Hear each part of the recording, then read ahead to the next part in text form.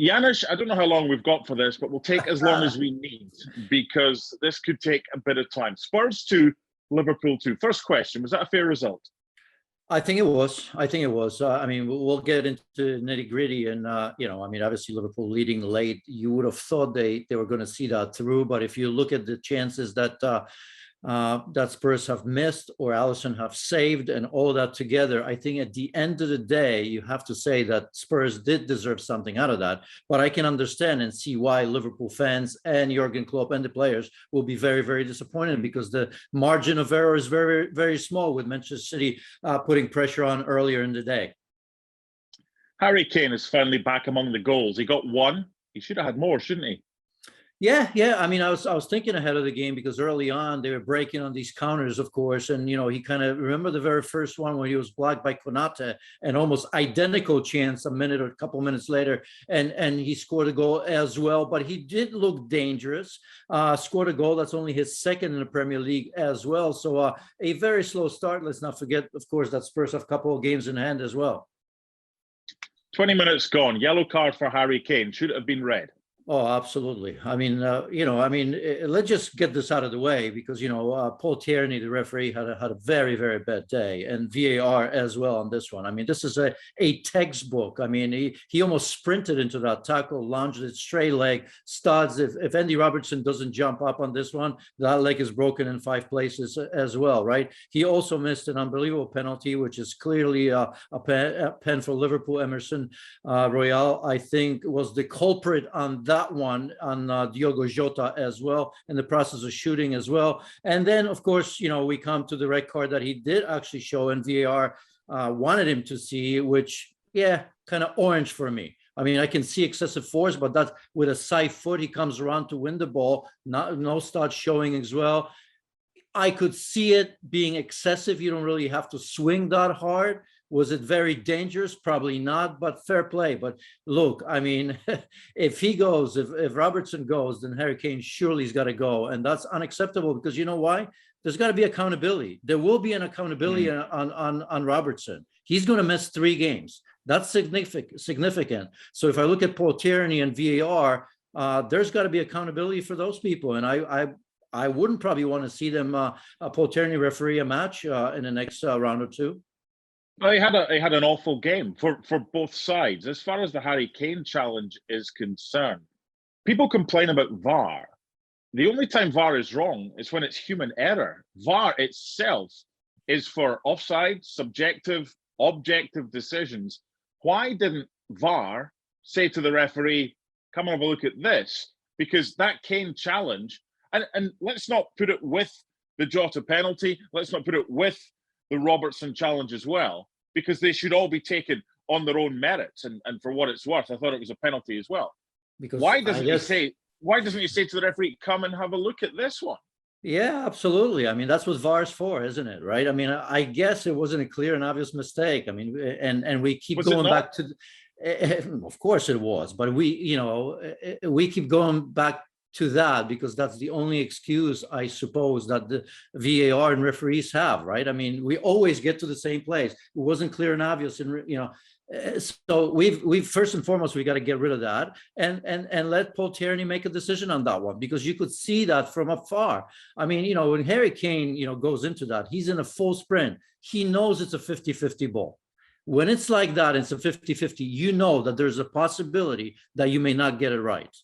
It's not like a clear tackle where the ball's exposed and you say to yourself, you know what, I'm going to be there first. No, you're hoping that you're going to get there. And he didn't. So look, I mean, to me, it wasn't necessarily that because in between all the controversy, there were so many fouls I felt or so many times where I suppose the referee played the advantage where one wasn't necessary, and he never came back to that one, right? There were fouls, let it go, you didn't get the advantage. So I thought it was just a poor game. Look, I'm not here to just sit and talk about Paul Tierney. That happens. It happens to players. They have bad games and all of that, but I thought it was extremely poor today for both sides.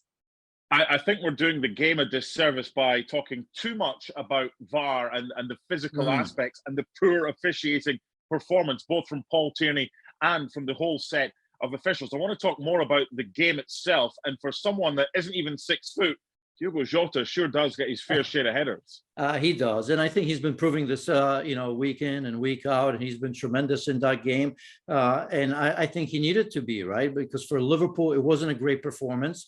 It started, I suppose, with the imbalance defensively. I think I have to put that down to Fabinho and Van Dijk, of course, because they always play a high line. And today you saw Harry Winks, by the way, maybe the man of the match for Spurs. We were thinking about Pierre-Emile Højbjerg. Why is he not even in the squad? What are they going to do? They've never been in that situation, Spurs, because he played every game or started every game so far. But Harry Winks in transition was starting these counters, impeccable timing on his part in terms of winning the ball and then distributing it.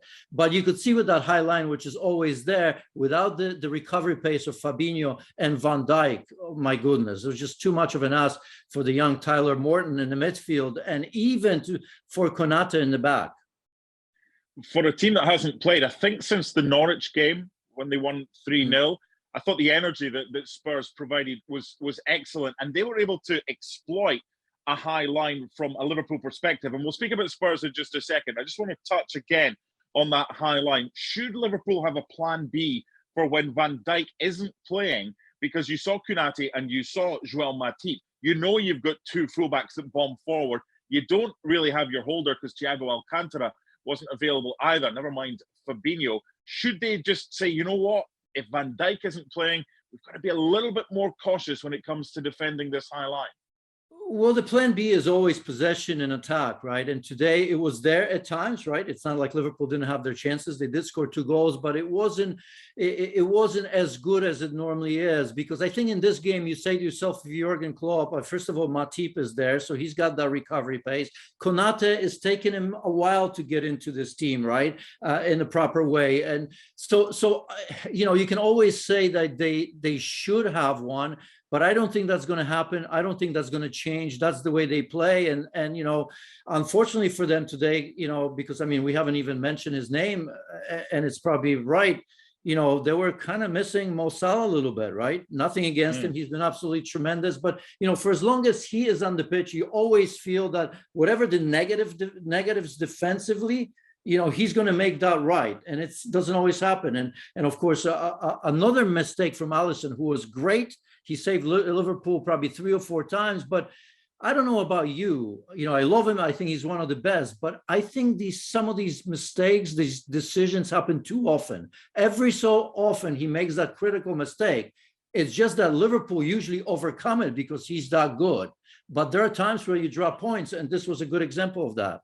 Yeah, I agree with that. And against Newcastle in midweek, I think there was one he came out, didn't get there, and he was fortunate that Newcastle didn't capitalise. But you've got the brilliance of the save from Dele Alli and other things. It's a package with Alisson, and you know what you're getting into. Let's talk Spurs, because they went 2-1 down, and they kept going. They kept believing they could get something out of this one. And I don't know about you. I don't have any skin in this game. I just love watching Son as a player. And he had chances. He might have missed a couple, but he kept going. And he got his reward, didn't he, with a goal? Yeah, he did. He had a number of chances, of course. He's been probably the best, maybe the most consistent player for Spurs this season that I can remember. Certainly the most dangerous one, and nothing ever changes with his game because of the intensity with which he plays, the way he drops back into the midfield, helps out defensively, then immediately breaks, right? So that was good. That partnership between him and Harry Kane was good again. Dele Alli was pretty good, had that chance right early on where Alisson, actually, I didn't see it at first as well. He makes a say, he gets a touch on it, even though I still think that Dele Alli's got to put that away. So, and Harry Winks, we didn't see that coming, did we? As I mentioned, starting lineup, no Pierre-Emile Højbjerg, no Oliver Skip in it, right? And in comes Harry Winks, and he's having a blinder. So look, on one hand, you have to give it to Spurs because early on, they could have put that game out of reach in the first half, couldn't they? Right? They had those chances to go 2-0, even 3-0, a couple of those square balls. Son himself, when he slid into the ball, wasn't an easy chance, but I think one that he could have put away. And Harry Kane. So they had a number of chances there to put Liverpool away, or at least make it easier for themselves. Yeah. How different are Spurs now from what you've seen so far under Antonio Conte?